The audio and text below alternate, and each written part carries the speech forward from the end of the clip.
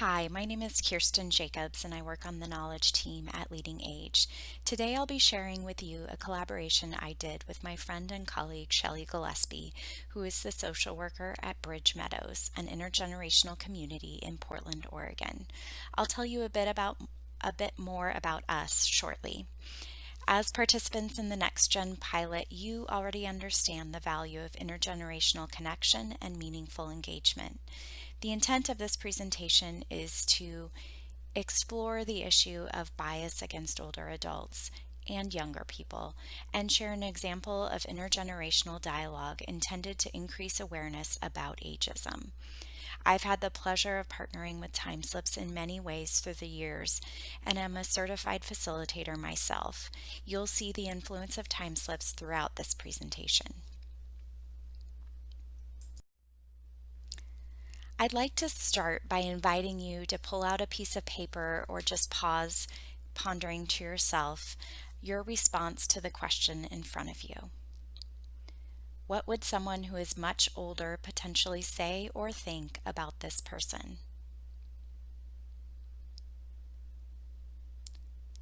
What words or phrases are associated with an individual around the age of this person?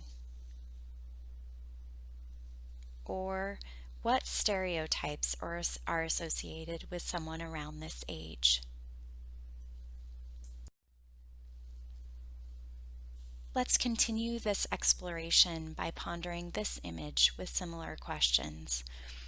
What would someone who is much younger potentially say or think about this person? What words or phrases are associated with an individual around the age of this person? And finally, what stereotypes are associated with someone around this age? As you likely guessed, the intent of this exercise was to name the dominant cultural narrative or the messages that we encounter daily about what it means to be an older or a younger person in our society. I'll return to these images in a bit.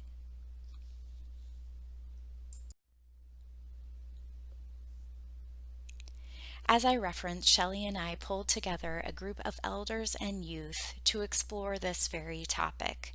When we asked those folks the same questions looking at the same images, they responded this way.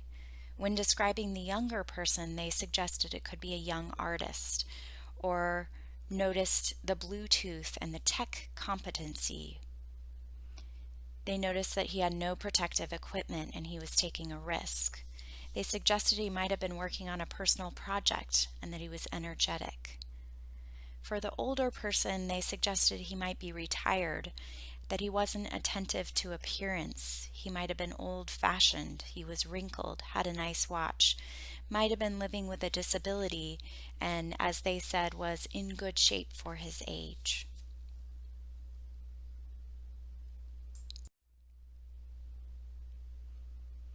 So here's what I have planned for this presentation.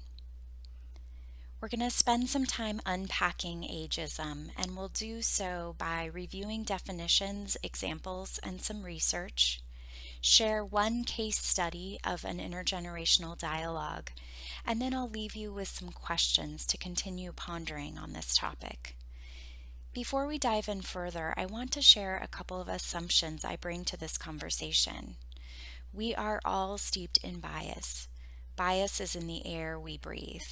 Undoing bias like racism, sexism, or ageism requires intentional and ongoing work. It requires self-work, work in community with groups and organizations within our spheres, and it requires work within systems and institutions. We recognize that people are rarely seen for their age alone. Our identities contain many elements: our race, our gender, our sexual orientation, to name just a few.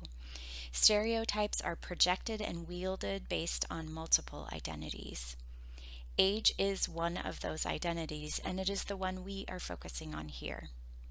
While intergenerational work can interrupt bias around age and other identities, it is certainly not the be-all antidote to ageism. We'll talk more about some recent research on this.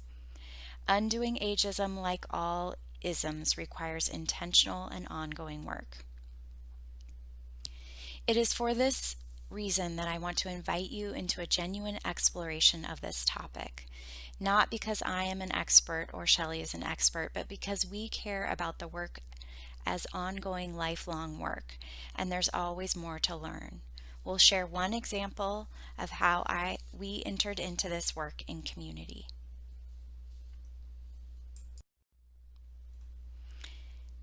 As promised, I'll spend a few minutes sharing our personal stories and connections and a bit about our organizations as a way of providing you all a sense for the lenses we bring to this work and conversation.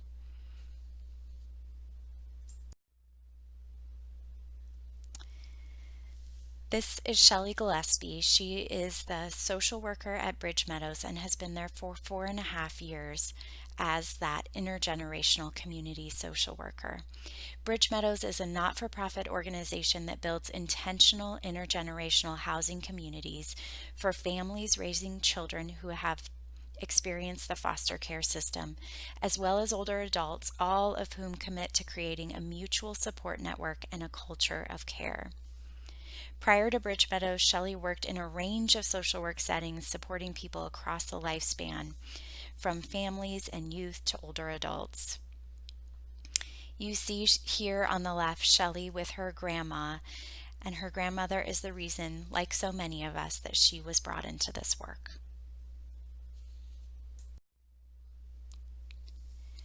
Meadows builds purposeful communities where children, families, and elders flourish together.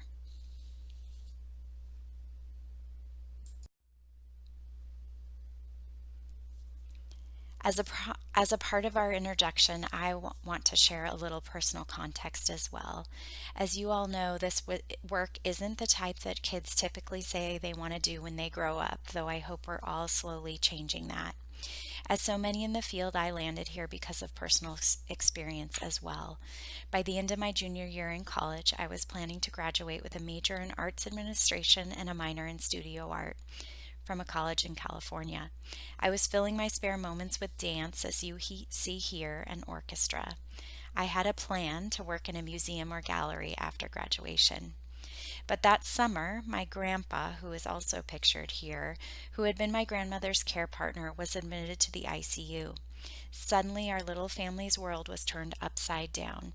My grandma was seriously ill, and my grandpa, who was in the early stages of dementia, was sad and scared. My parents' sister and I spent the summer in Nebraska away from our home in Portland, Oregon to triage the crisis. That August, when I returned to college after many weeks of caregiving and worry, arts administration didn't feel as relevant as it had 3 months earlier. My thesis project then morphed into an arts education unit for residents of a nearby nursing home, and my first job after college was in an assisted living community. 19 plus years later, my grandparents have all died, but their legacy still informs my entire mindset about partnering with older adults. I share that because I suspect you all have personal stories about older adults in your lives as well. To me, those stories and people should remain the foundation on which we build all our work. After working at various senior living organizations in various capacities, I moved to Washington, D.C. and started working for what was then called the American Association of Homes and Services for the Aging, now LeadingAge. LeadingAge is a national association based in D.C. Our 5,000 plus members and partners include not-for-profit organizations representing the entire constellation of older adult services and supports. As an organization, we do education, advocacy, and applied research. I work on the knowledge team, and the primary focus of my work is dementia, wellness, and anti-ageism. LeadingAge's vision is an America freed from ageism. Shifting gears, I'm going to take a couple minutes to describe the terms we'll use today. Adultism can be defined as behaviors and attitudes based on the assumption that adults are better than young people and entitled to act upon young people without their agreement.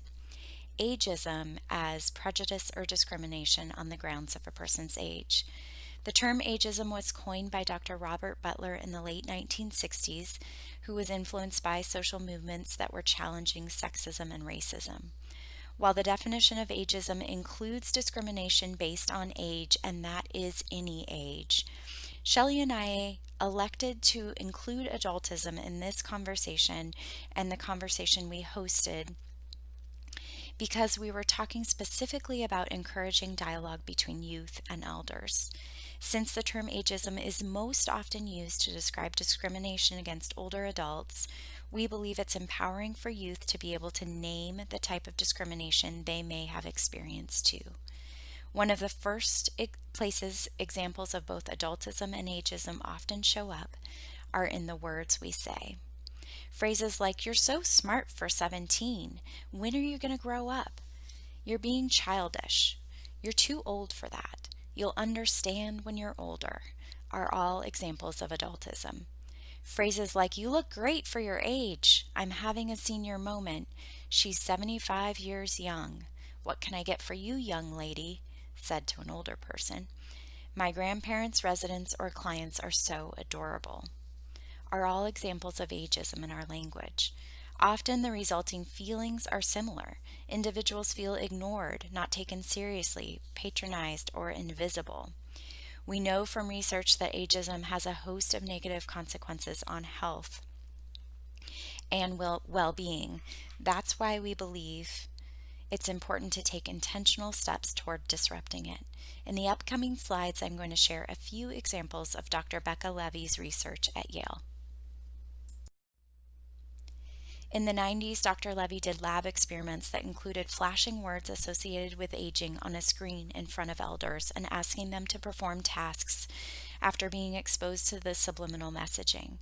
Older adults who saw negative words performed worse than those who saw positive words. Flashing positive age stereotypes like active and creative improve self-perception and physical functions like balance. Here's more of Levy's research that indicated that older people with positive age bias are 44% more likely to recover from severe disability.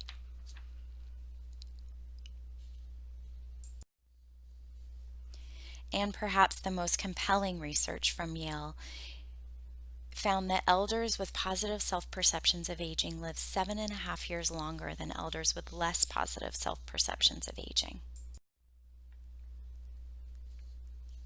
And one last piece of relevant research for today comes from Burns and colleagues. In their paper, Interventions to Reduce Ageism Against Older Adults, a Systematic Review and Meta-Analysis, the authors reviewed 3 interventions intended to reduce ageism among youth and adults. The interventions were 1. Education, 2. Intergenerational contact, and 3. A combination of both education and intergenerational contact. Likely not surprisingly to you all, they found that combined interventions with both education and intergenerational contact showed the largest effects on attitudes. Further encouragement for this important work.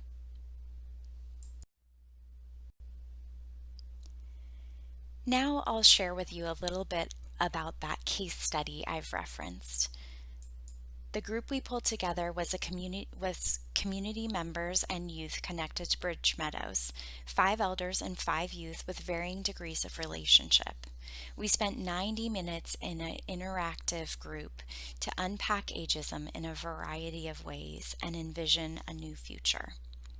We created a thoughtful container, reviewing the agenda or overview of our time together and agreements.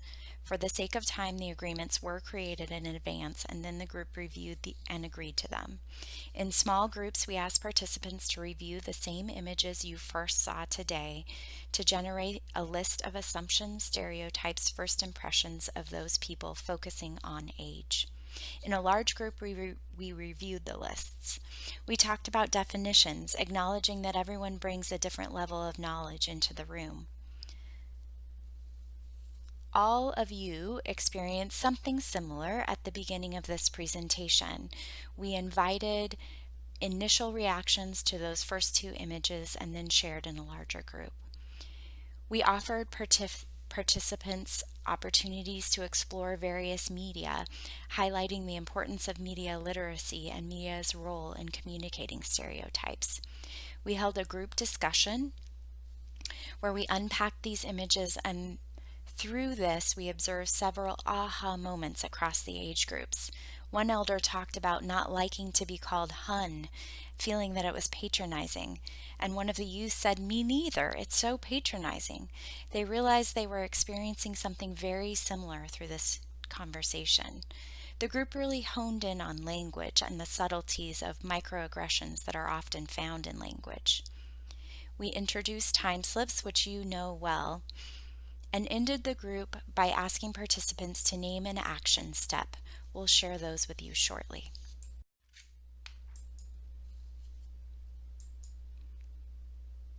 Because creative modalities call upon a different part of the brain and invite a different kind of deepening into a topic, we elected to use time slips for this very reason. Group storytelling provided an opportunity to reimagine a different world, which then offered a possible roadmap for what we're working toward. While the task is huge, each small step is meaningful and important. Unlike many of the groups you're facilitating, nobody in this group had a known diagnosis of dementia. Together, the group developed a story after being invited to imagine a world where assumptions didn't get in the way of relationships. Here's their story. Love at first saw. Outside in a driveway. It's not a business, it's a home. They're making a fence. You never know. The boy is receiving instructions. I see cooperation. Smells good, like wood, sweat, sawdust. It's not a Bluetooth, it's earplugs. Jorge, Pedro, Joey, George. Jorge is older, George is younger. George is Jorge's son. George wants Jorge to know he is working hard, not going to lose his fingers, is a capable person, and wants to learn from Jorge. They're listening to each other, learning from each other. George is teaching Jorge how to do something. I see Jorge is watching George carefully. I see intense concentration between the two. George could be teaching Jorge about patience and a new skill. George hopes to leave this scenario with more knowledge. It's a bonding thing. Jorge wants George to pass this on. Whatever it is very exacting. I see affection between the two. Trust that they are family. There's trust because he is holding a power tool. As you think about that story, I invite you to ponder what themes stood out to you. Take a minute to jot it down or ponder them on your own.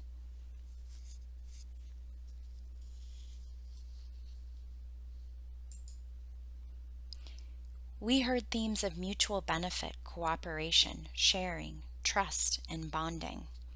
Certainly all things we're striving for in our collective work. As I mentioned, everyone had an opportunity to respond to a question. What is one step you will take to interrupt ageism when it shows up in your daily life? And here are their responses. Teach what ageism is from one youth. Make sure I treat youth with respect for their dignity. One thing I want to do is interact with my elders. Video chat my elders if I can't visit. Look intently at the person and listen to words they are using and respond to their words. Stop judging a book by its cover. Stop assuming just because they look a certain way, act a certain way. Take a minute more to examine negative assumptions, my own and others, about actions pertaining to someone's age. Spend more time with my elders. Pay more attention to my words. Words reflect attitudes. Words reflect judgments. I want to be more aware of my phrases and compliments and how I show love to others. Although it could be innocent to me, it may be demeaning or hurtful to the other person. In closing, this is certainly just one small example of using a creative modality to invite people across the lifespan to explore ageism. Like countering all bias that hurts and harms, this work must be intentional and ongoing. We can't expect that the relationship alone will interrupt ageism. Conversations around undoing ageism can be difficult. People may avoid them or feel exhausted, like one more time I have to educate, or one more time I have to pay more attention. Using expressive arts has potential for opening the conversation. Surprising depth potentially emerges. We'd like to leave you with some questions for further exploration. How does ageism show up in your work in an intergenerational context? What steps can you take to disrupt ageism? How do ageism and ableism interact, particularly when working with people with dementia? Please reach out to either of us to continue the conversation and to seek more resources. You can find a list of resources on LeadingAge's website, leadingage.org/ageism. It's our hope that this discussion is just one part of a larger conversation about valuing people at every point along the life course. Thank you.